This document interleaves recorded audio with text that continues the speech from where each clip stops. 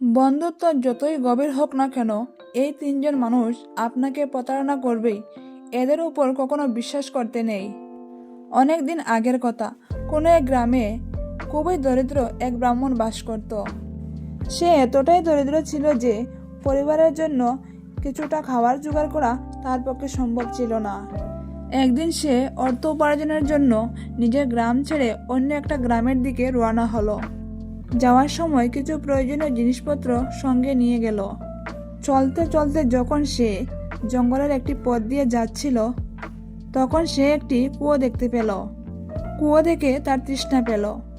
সে কুয়োর ভিতরে উঁকি দিয়ে দেখল। তখন সে দেখতে পেল সেখানে একটি সিংহ এবং একটি বানর, একটি সাপ এবং একজন মানুষ আটকা পড়ে গেছেন। উপর থেকে একজন মানুষকে উঁকি দিতে দেখে সিংহটি বলল, ও ভাই, তুমি কে? তুমি খুব ভালো সময়ে এসেছো। তুমি দয়া করে আমাকে কুয়া থেকে উদ্ধার করো। আমি অনেকদিন ধরে এই কুয়োর মধ্যে আটকা পড়ে আছি, অনেক কষ্ট করছি। দয়া করে তুমি আমার এই উপকারটুকু করো। সিংহের এই কথা শুনে ব্রাহ্মণ বলল, সিংহ, তুমি কি আমাকে বোকা ভাবছ? আমি যদি তোমাকে মুক্ত করি, তবে তুমি কি আমাকে খেয়ে ফেলবে না? তুমি তো এক হিংস্র পশু এবং স্বভাবে আমার শত্রু। আমি তোমার উপর বিশ্বাস করতে পারি না। তখন সিংহটি বলল, আরে আমি নিজেই তো বিপদগ্রস্ত। আমি কেন তোমার ক্ষতি করব? শুধু শুধু তুমি আমাকে ভয় করছো। সিংহ বারবার প্রার্থনা করতে থাকলো। তখন দরিদ্র ব্রাহ্মণের মনে তার প্রতি দয়া এলো। সে ভাবল, পরোপকার তো সর্বদাই পুণ্যের কাজ। সিংহ বলল, ভাই, আমি তোমায় প্রতিশ্রুতি দিচ্ছি, আমি তোমার কোনো ক্ষতি করব না। চিরকাল আমি তোমার কৃতজ্ঞ থাকব। ভেবে চিনতে ব্রাহ্মণ একটি দড়ি ফেলে সিংহটিকে কুয়ো থেকে উঠিয়ে নিলেন। কুয়োর বাইরে বেরিয়ে আসার পর সিংহ ব্রাহ্মণকে ধন্যবাদ জানালো এবং বলল, আমি তোমার এই উপকার কখনোই ভুলব না। আমি পাহাড়ের ওই পারে থাকি। যদি কখনো কোনো বিপদে পড়ো, তবে আমার কাছে এসো, আমি তোমাকে হেল্প করব। এরপর কুয়োর ভিতর থেকে একটি বানরের আওয়াজ শোনা গেল। বানরটি বলল, ও হে ভালো মানুষ, তুমি আমাকেও এই কুয়া থেকে মুক্ত করো। আমি চিরকাল তোমার ঋণী থাকব। ব্রাহ্মণ দড়ি ফেলে বানরটিকেও কুয়া থেকে উদ্ধার করলো। বানরটি তাকে ধন্যবাদ জানিয়ে বলল, আমি পাহাড়ের পিছনে একটি বাগানে থাকি। যদি কখনো আমাকে তোমার প্রয়োজন হয়, তাহলে আমার কাছে চলে এসো, আমি যথাসম্ভব তোমাকে সাহায্য করব। এই বলে বানরটি সেখানেই দাঁড়িয়ে রইল। ঠিক তখনই কুয়ার ভেতর থেকে একটি সাপের আওয়াজ এলো। সাপটি বলল, ও হে ব্রাহ্মণ দেবতা, যেমন তুমি সিংহ ও বানরকে এই কুয়ো থেকে উদ্ধার করেছ, তেমনি আমাকে উদ্ধার করো। আমি সারা জীবন তোমার কাছে ঋণী হয়ে থাকব। তখন ব্রাহ্মণ বলল, আরে না না, তুমি তো সাপ, তুমি যদি আমাকে ছুবল দাও, আমি তোমাকে উদ্ধার করতে পারবো না। তখন সাপটি বলল, আরে ভাই, একই কথা, কোনো সাহায্যকারীকে কেউ কি কখনো ক্ষতি করে? তখন ব্রাহ্মণ বলল, না ভাই, আমি তোমার উপর বিশ্বাস করতে পারি না। সাপটি বারবার প্রার্থনা করতে লাগলো এবং বলতে লাগলো, দয়া করে আমাকে এই কুয়ো থেকে উদ্ধার করো, আমি তোমাকে ছুবল দেব না। অবশেষে ব্রাহ্মণের মনে সাপের প্রতি দয়া হলো এবং সে সাপটিকেও কুয়ো থেকে বের করলো। সাপটি তাকে ধন্যবাদ জানিয়ে বলল, ভাই, যদি কখনো কোনো বিপদে পড়ো, তাহলে আমাকে বলো, আমি সঙ্গে সঙ্গে এসে তোমাকে সাহায্য করব। ব্রাহ্মণ বলল, ঠিক আছে, যদি কখনো এমন সময় আসে, আমি তোমাকে অবশ্যই ডাকবো। ঠিক তখনই কুয়োর ভিতর থেকে একজন মানুষের কণ্ঠস্বর শোনা গেল। সেই মানুষটি বলল, ও হে ভাই, আমাকেও কুয়োর ভিতর থেকে বের করো, আমি চিরকাল তোমার প্রতি কৃতজ্ঞ থাকব। ব্রাহ্মণ সেই মানুষটিকেও বের করার জন্য কুয়োর মধ্যে দড়ি ফেলল। তখনই সাপ বলল, তুমি এই মানুষটির সাহায্য করো না। সে তোমার সম্প্রদায়ের হলেও অত্যন্ত খারাপ মানুষ। বানর ও সিংহ ও সাপের কথার সমর্থন জানিয়ে বলল, এই মানুষটিকে তুমি উদ্ধার করো না। আর বলল, শুনো ভাই, তুমি যদি মানুষটিকে উদ্ধার করো, তবে তুমি অনেক বড় বিপদে পড়বে। এই মানুষটি অত্যন্ত নিষ্ঠুর, যে তাকে সাহায্য করে সে তার ক্ষতি করে। এই কথা বলে সিংহ, বানর ও সাপ সেখান থেকে চলে গেল। তারা চলে যাওয়ার পর সেই মানুষটি কাঁদতে কাঁদতে ব্রাহ্মণকে বলল, ও ভাই, তুমি তোর সিংহ, বানর ও সাপের জীবন বাঁচিয়েছ, এবার আমারও প্রাণ বাঁচাও, আমি তো তোমারই সম্প্রদায়ের মানুষ। তখন ব্রাহ্মণ বলল, ভাই, তোমার নিন্দা তো ওই জন্তুরাই করছে। এতে বোঝা যাচ্ছে যে তুমি ভালো মানুষ নয়। আমি তোমার কোনো সাহায্য করতে পারবো না। তখন সেই মানুষটি বলল, আরে ভাই, তুমি সেই জন্তুদের কথায় কান দিও না, দয়া করে আমাকে সাহায্য করো। বন্ধুরা, সেই মানুষটি অনেক কাঁদলো, চিৎকার করলো, ব্রাহ্মণের কাছে দয়া ভিক্ষা চাইল। তখন ব্রাহ্মণের মনে দয়া এলো, সে ভাবলো তাকেও বের করে দেই। তখন ব্রাহ্মণ সেই মানুষটিকেও কুয়ো থেকে বের করে দিল। সেই মানুষটি ব্রাহ্মণকে অনেক ধন্যবাদ জানিয়ে বলল, বন্ধু, তুমি আমার উপর যে উপকার করেছ তা আমি 7 জন্মেও ভুলবো না। তখন ব্রাহ্মণ বলল, আরে ভাই, এতে উপকারের কি আছে? মানুষই মানুষের কাজে আসে, কিন্তু তুমি কে? তখন সেই মানুষটি ব্রাহ্মণকে নিজের পরিচয় দিল, আমি একজন দরিদ্র স্বর্ণকার, পাশের ওই শহরে থাকি। তোমার যদি কখনো কোনো কাজের প্রয়োজন হয় তাহলে অবশ্যই আমার বাড়িতে এসো। এই কথা বলে সেই মানুষটিও চলে গেল। মানুষটি চলে যাওয়ার পর ব্রাহ্মণ নিজের জুলা থেকে লোটাটি বের করলো এবং কুয়ো থেকে জল নিয়ে পান করলো। তারপর সে নিজের পথে রওনা দিল। অনেকক্ষণ হাঁটার পর সে একটি শহরে পৌঁছালো। শহরে পৌঁছে ব্রাহ্মণ একটি চাকরির খোঁজ শুরু করলো। সে খুবই দরিদ্র অবস্থায় ছিল। একসময় সে একটি ধনী ব্যবসায়ীর দোকানে গেল এবং সেই ব্যবসায়ীকে অনুরোধ করলো, আপনি কি আমাকে কোনো কাজ দিতে পারবেন? আমি সম্পূর্ণ সততা এবং নিষ্ঠার সঙ্গে আপনার কাজ করে দেব। তখন সেই ব্যবসায়ী বললেন, ক্ষমা করবেন, আমার কাছে এখন কোনো খালি জায়গা নেই, অন্য কোথায় চেষ্টা করুন। ব্রাহ্মণ হতাশ হয়ে সেখান থেকে চলে গেল। এরপর সে অনেক জায়গায় চাকরির জন্য চেষ্টা করলো, কিন্তু ভাগ্য তার সঙ্গে ছিল না। তখন ব্রাহ্মণ ভাবতে লাগলো, এখন আমি স্ত্রী সন্তানদের সামনে কি করে মুখ দেখাবো? আমার মতো হতভাগার জন্য আত্মহত্যাই সবচেয়ে ভালো পথ। এইভাবে হতাশ হয়ে ব্রাহ্মণ আত্মহত্যা করার সিদ্ধান্ত নিল। কিন্তু তখনই তার মনে পড়ল সিংহ, বানর, সাপ এবং সেই স্বর্ণকারের কথা। তখন সে ভাবল, দেখি একবার তাদের কাছে চেষ্টা করে দেখি, হয়তো তারা আমার কোনো উপকার করতে পারবে। বন্ধুরা, ব্রাহ্মণ আত্মহত্যা করার চিন্তা বাদ দিল এবং প্রথমে সে সেই বানরের কাছে গেল। বানর তাকে আন্তরিকভাবে স্বাগত জানালো এবং গাছ থেকে মিষ্টি ফল ফেলে তাকে খাওয়ালো। বানর বলল, আপনি যখনই আমার বাড়িতে আসবে এখানে সবসময় আপনাকে স্বাগত জানানো হবে। ব্রাহ্মণ তখন বানরকে বলল, বানর ভাই, আমি সিংহরাজের সাথে দেখা করতে চাই। তুমি কি আমাকে সিংহরাজের সাথে দেখা করাতে পারবে বা তার ঠিকানা বলতে পারবে? তখন বানর বলল, হ্যাঁ হ্যাঁ, অবশ্যই। তুমি পাহাড়ের ওই পারে চলে যাও, সেখানে তুমি প্রথমেই সিংহরাজের গুহা পাবে।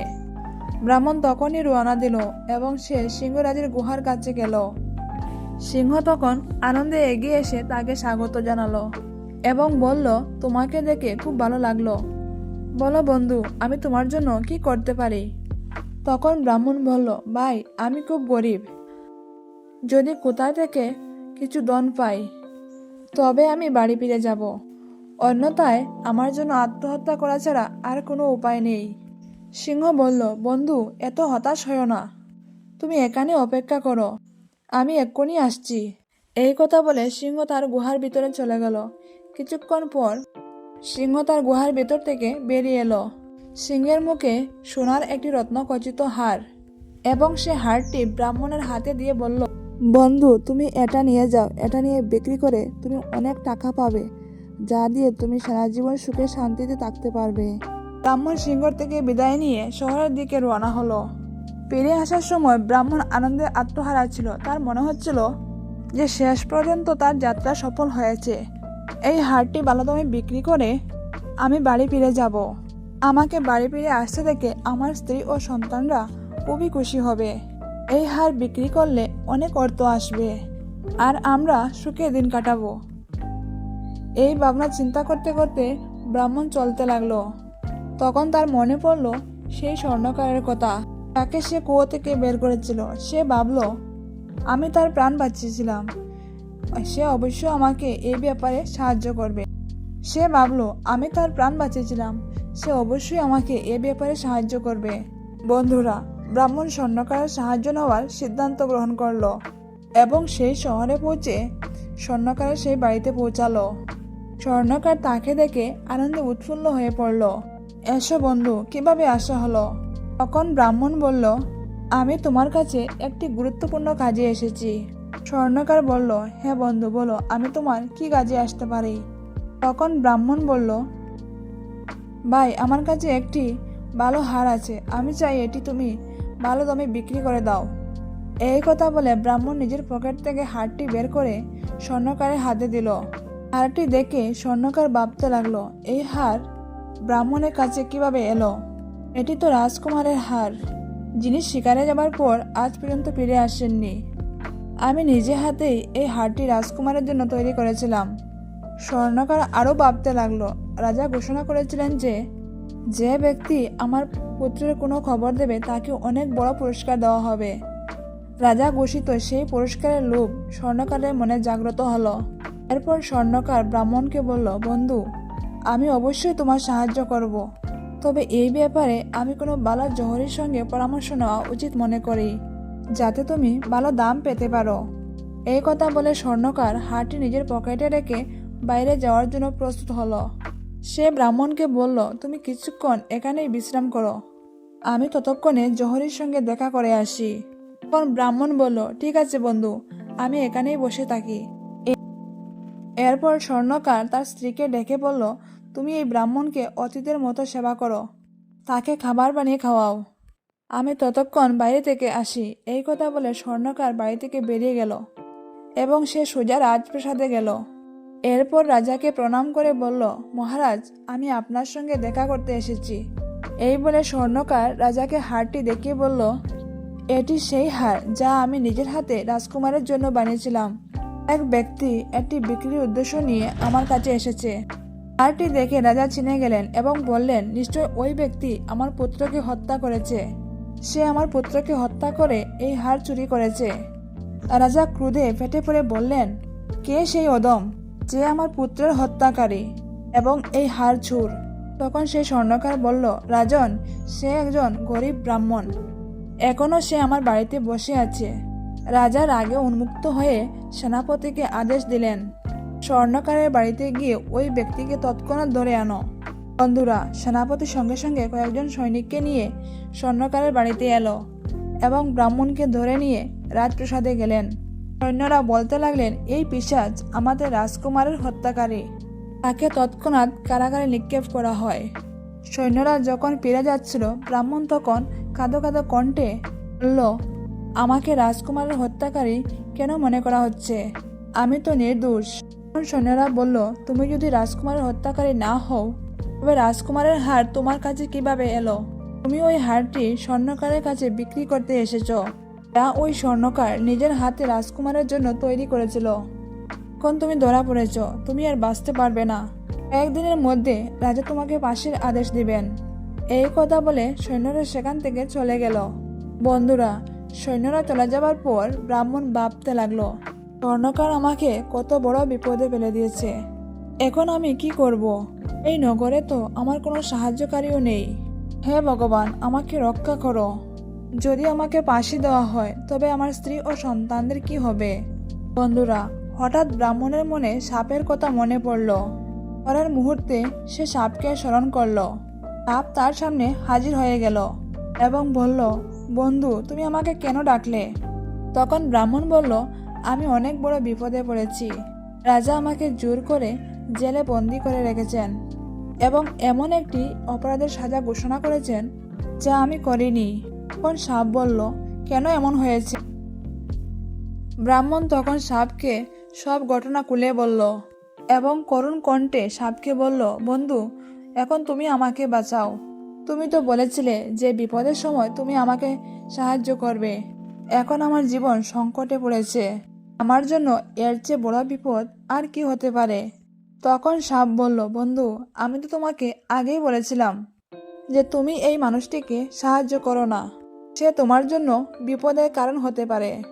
শোনা যায়, যে ব্যক্তি অতিরিক্ত লোভী হয়, কিংবা যে ব্যক্তি আগের শত্রুতা মনে রাখে, অথবা যে ব্যক্তি পরনিন্দায় আনন্দ পায়, সে নারী হোক বা পুরুষ, এই ধরনের তিনজন ব্যক্তি সব সময় বিশ্বাসঘাতকতা করে। এদের কখনো বিশ্বাস করতে নেই। সাপ বলল, যেহেতু তুমি আমাকে ডেকেছো, আমি অবশ্যই তোমার সাহায্য করব। আমার একটা পরিকল্পনা আছে। আমি গোপনে রানীর মহলে প্রবেশ করব এবং রানীকে দংশন করব। আমার বিষের কারণে রানী অজ্ঞান হয়ে যাবেন। যতই চেষ্টা করা হোক, রানীকে জাগানো সম্ভব হবে না যতক্ষণ না তুমি নিজের হাতে তার কপাল স্পর্শ করবে। তুমি যেই তার কপাল স্পর্শ করবে, সঙ্গে সঙ্গে তিনি তার জ্ঞান ফিরে পাবেন। রাজা রানীকে খুব ভালোবাসেন। তাকে বাঁচানোর জন্য রাজা সবকিছু করতে পারেন।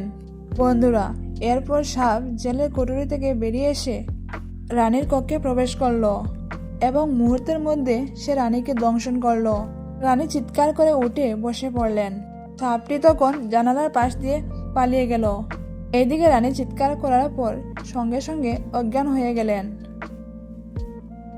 রাজমহলের সমস্ত দাসদাসী ও সেবক সেবিকা রানীর চিৎকারে দৌড়ে এলেন। রানী অজ্ঞান হওয়ার আগে বলে গেলেন, আমাকে একটি সাপ দংশন করেছে। বন্ধুরা, সঙ্গে সঙ্গে রাজাকে খবর দেওয়া হলো যে রানীকে একটি বিষাক্ত সাপ দংশন করেছে এবং তিনি অজ্ঞান হয়ে পড়েছেন। দ্রুত তার চিকিৎসা নেওয়া হোক। রাজা তৎক্ষণাৎ রাজ চিকিৎসককে ডেকে পাঠালেন। চিকিৎসক এলে রাজা চিকিৎসককে বললেন, হে বৈদ্যরাজ, আমার রানীকে বাঁচিয়ে দিন। তাকে কোনো বিষধর সাপ দংশন করেছে। যদি আমার রানীর কিছু হয় তাহলে আমি আর বাঁচব না।